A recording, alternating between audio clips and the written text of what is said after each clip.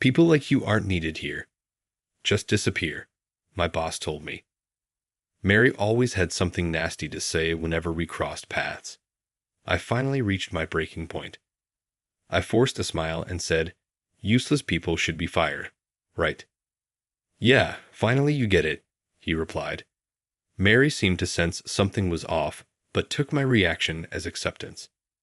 Her demeanor quickly shifted back to arrogance as she flashed a nasty grin. Little did she know, at the shareholder meeting the next day, Mary would end up kneeling before me. My name is James Smith. I'm a 41-year-old salaried employee. I grew up comfortably, but everything changed when my father passed away from a stroke just before I graduated high school. Losing the breadwinner left my mother and me in a tough spot. My mother had no work experience, and I was preparing for college entrance exams. I also had a younger brother who was much smarter and had our father's high hopes pinned on him. I believed he would benefit more from college, so I decided to forego further education and start working. I took a part-time job nearby, and after a few years, became a full-time employee. The company I work for isn't as well-known or well-paid as some big corporations, but it has a warm, friendly atmosphere. Even though I only had a high school diploma, I was warmly welcomed. Many people shared their work knowledge and personal advice, thanks largely to President John Williams. President Williams had also given up on college due to family circumstances and started the company with a friend. Several employees, like me, had only high school or even middle school diplomas. President Williams always looked out for us, inviting us to meals and giving generous bonuses. His caring nature earned him the respect of every employee. However, that atmosphere was disrupted by Mary Johnson. Recruited as a department head for her exceptional talent, Mary came from a wealthy family and had attended elite schools. She flaunted her expensive accessories and often bragged about her possessions to us. Mary had a terrible work attitude. She looked down on employees without prestigious degrees, treating those with only high school or middle school diplomas as servants. Her comments made it clear she considered us lower in society. Unsurprisingly, she was avoided by everyone. Mary particularly disliked me and made snide remarks whenever we met. "So, you only have a high school diploma. I don't need useless grads like you on my team." Hearing this all the time left me exhausted. One day, I asked her why she spoke so poorly of me. Her response was shocking. "Poor people with only a high school diploma are unpleasant to look at. I don't want you in my sight." It seemed she genuinely felt that way, as she never gave me meaningful work and only assigned pointless tasks. Just yesterday, she handed me a broom and a rag, telling me to clean a storage room full of junk. "This room might be used someday. If you clean it now, it will be nice and tidy later. Even a useless high school grad like you can handle this," she insisted. I tried to explain that I was too busy, but Mary wouldn't hear it. "Maybe someone else who's free can do it, or we can handle it during year-end cleaning," I suggested, bowing my head. Mary was furious. "Are you refusing a task from your superior? You need to restart your career from scratch," she said, shoving the broom and rag into my hands and standing guard. With no choice, I began cleaning. After 10 minutes, Mary got bored and said, "Do it as soon as you're told next time. I'll let you off the hook for today." Finally, I could return to my actual work, but that was a mistake. A few hours later, Mary stormed in, shouting, "Why did you stop halfway? Don't you have any sense of responsibility?" I held back my frustration, listened quietly, and was left mentally and physically exhausted. Everyone in the office wondered how Mary became a department head.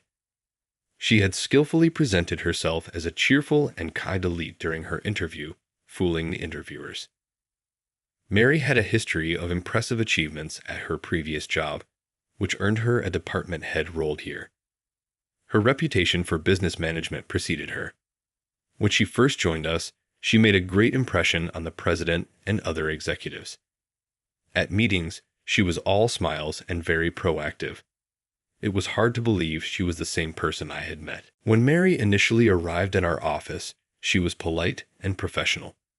She introduced herself as Johnson, the new department head, and expressed eagerness to work with us. We had high hopes for her. But as time passed, her true colors began to show. She started acting like a tyrant. Mary had a habit of flattering the higher-ups while treating her subordinates poorly. Her behavior made other employees unhappy, and some even wished for a new department head. The office atmosphere became tense, especially with recent thefts of employees' money and belongings despite our attempts to enforce locker use and reminders not to leave things unattended. I was determined to catch the thief, but then a major incident occurred. One day, as I was about to leave for lunch, Mary stormed up to my desk and slammed a document down. "Don't think you can just go out for lunch. What are you going to do about this?" She thrust an email and a client complaint at me. The email read, "Your products are of the worst quality, frequently damaged, and overpriced. We are terminating future business." I was shocked. Mary accused me of sending the email, but I had no memory of it. I pointed out that the email wasn't even from my address. Despite my explanation, Mary was relentless. "Everyone else handling this client is a college graduate. Only someone like you would send such an offensive message." She insulted me, saying I was a menace to the company. Her accusations and insults pushed me past my limit. Instead of backing down, I decided to use all my power to teach Mary a lesson. I put on a forced smile and said, "Useless people should be fired, right?" Mary seemed to sense something was off, but assumed I had accepted her opinion. She quickly returned to her arrogant self, sneering at me. From then on, Mary made snide comments like, "It's refreshing not to have a nuisance around," or "I'm glad to be free from babysitting an incompetent employee." Her cluelessness only made me want to laugh. The next day was the company's shareholder meeting. When I arrived at the venue, Mary saw me and confronted me angrily. "Why does a lowly employee like you here? This meeting is for insiders only." I calmly explained I was instructed to attend. Mary, ignoring me, started pushing me out. "Get out before you bother the president." I was at a loss, unsure of how to stay when I was being pushed out. As the shareholder meeting was about to start, the president arrived. Mary interrupted my explanation, putting on her polite smile for him. "This is James Smith." He was trying to attend the meeting without knowing his place. I was just sending him away. The president's expression darkened. "What are you talking about?" He turned to me.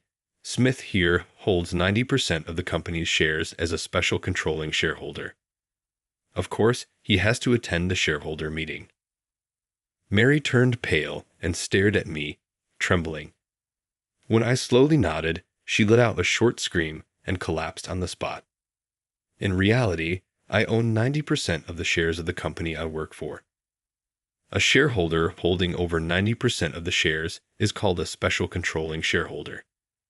Such a shareholder is a powerful figure with the right to demand that all other shareholders sell their shares through a resolution of the board of directors. This fact was known to employees at the manager level and above, but Mary was unaware. Mary had made herself disliked by acting high and mighty right after joining the company. No one bothered to inform her about the details. How could someone hold 90% of a company's shares? Normally, people own just a few shares, and even having more than 50% is unusual. Mary sat on the floor, mumbling to herself, clearly in complete confusion.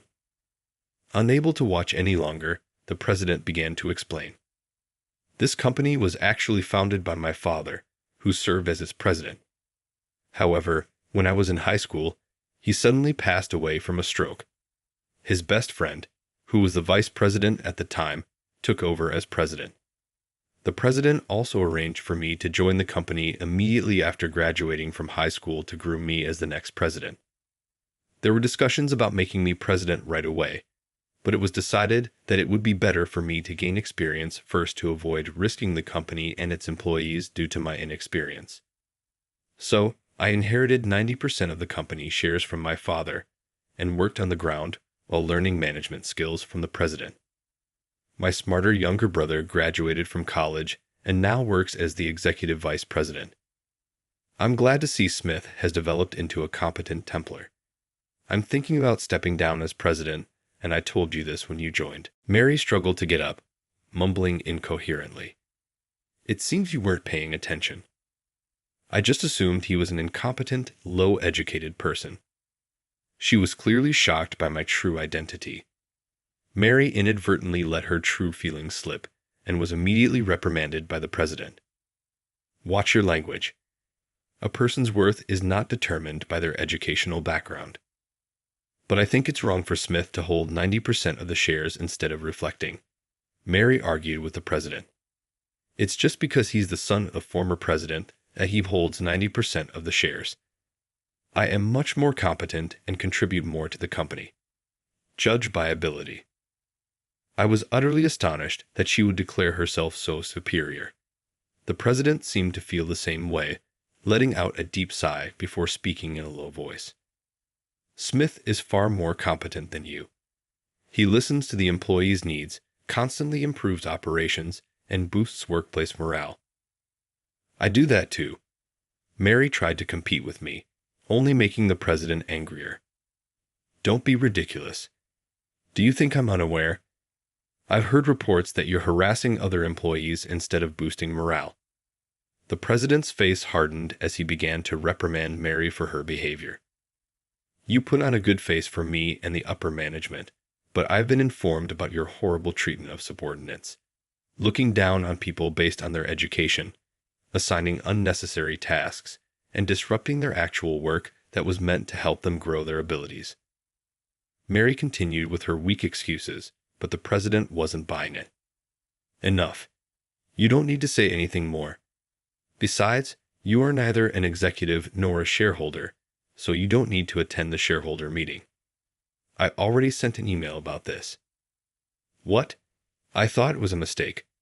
I'm an extremely competent employee, right? I figured the president must have made an error in the recipient list. I was eager to attend today, to assume the president made a mistake and then crashed the shareholder meeting. This showed just how brazen Mary was. The president sighed deeply and turned his back to her. Regardless, you weren't invited today. I'll be calling you in tomorrow, so go home for now. But I'm a highly valued department head. I'm essential for the shareholder meeting, Mary persisted. The president sternly ordered her to leave, and she finally retreated. Watching the entire scene unfold, I was thoroughly astonished. The president was usually very gentle, treating employees like family. I had never seen him this angry, even though I had known him for a long time. This incident clearly deeply angered him. After that, the shareholder meeting concluded without further issues, and I prepared to head home.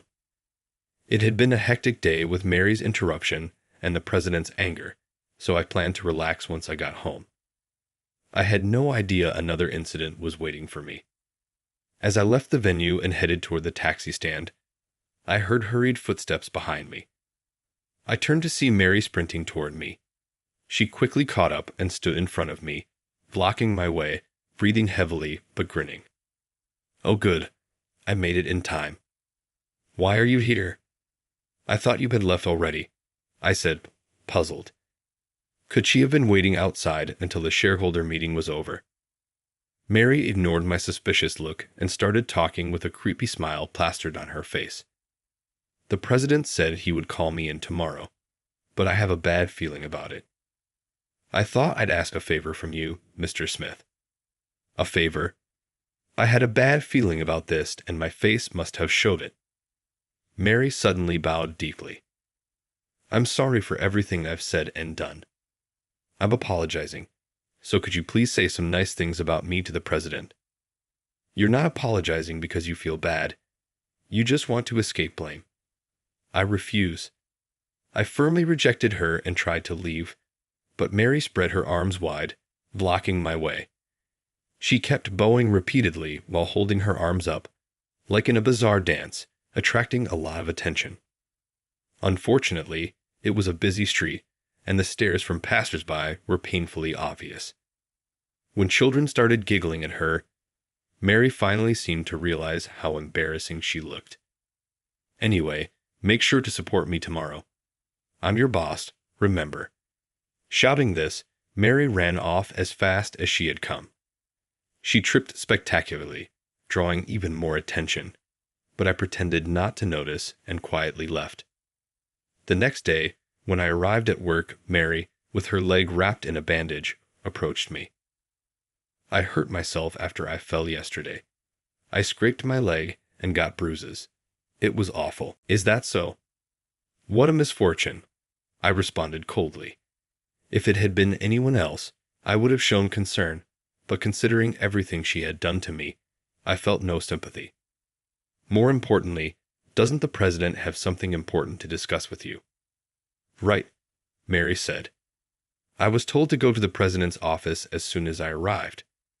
Since I was also summoned by the president, I reluctantly accompanied Mary. She kept complaining about her foot pain and insisted on walking slowly, which was really annoying. Throughout this, she never apologized to me. I felt justified in not forgiving her. As I knocked on the president's door and entered, we were met with the president's sternest expression yet. The moment she saw the president, Mary straightened up as if she had never been complaining about her pain. Good morning, Mr. President. What can I do for you today? If someone hadn't witnessed yesterday's argument, they might think she was a polite woman, but the president wasn't fooled and looked at her with a cold stare. It's too late to try and fix your attitude. Your punishment has already been decided. Punishment? What do you mean by punishment? Mary turned pale, but the president continued without hesitation. You are being dismissed for misconduct. We no longer need you at this company. You mean I'm fired?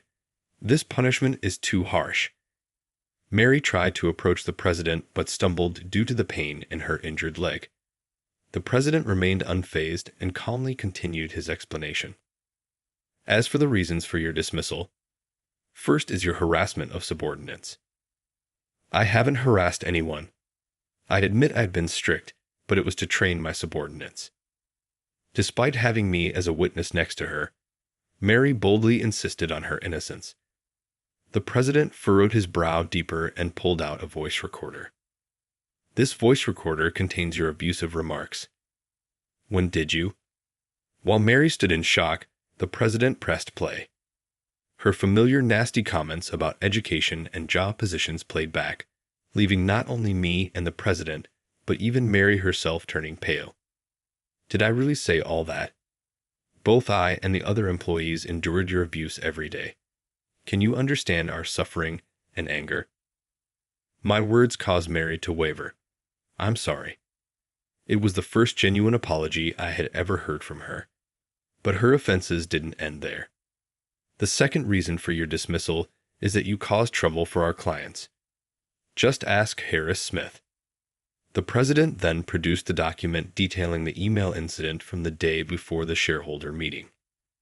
An investigation of our company computers revealed that the email was sent from your computer. Do you have any explanation for this? I'm sorry. I wrote that email. Faced with irrefutable evidence from the computer investigation, Mary finally conceded. Mary, who had admitted her guilt in a low voice, finally began to explain why she had harassed me so persistently.